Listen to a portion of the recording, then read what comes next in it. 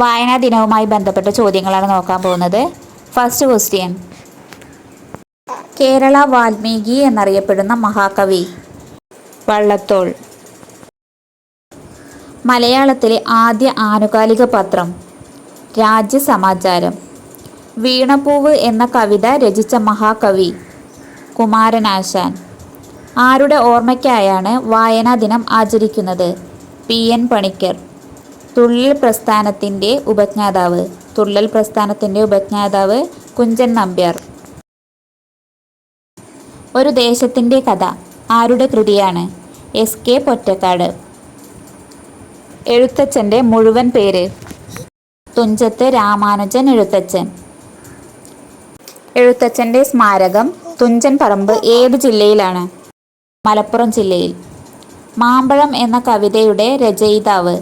വൈലോപ്പിള്ളി ശ്രീധരമേനോൻ. കാക്കേ കാക്കേ കൂടെവിടെ എന്ന കവിതയുടെ രചയിതാവ്? ഉള്ളൂർ. ബേപ്പൂർ സുൽത്താൻ എന്നറിയപ്പെടുന്ന എഴുത്തുകാരൻ? വൈക്കം മുഹമ്മദ് ബഷീർ.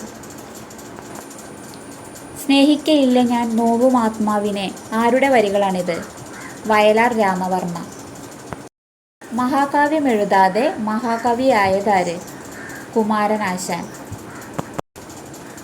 ചെമ്മീൻ എന്ന നോവലിൻ്റെ രചയിതാവാര്? തകഴി ശിവശങ്കരപ്പിള്ള.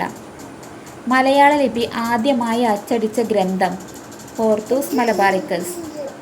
അൽ അമീൻ പത്രത്തിൻ്റെ സ്ഥാപകൻ? മുഹമ്മദ് അബ്ദുറഹ്മാൻ സാഹിബ്.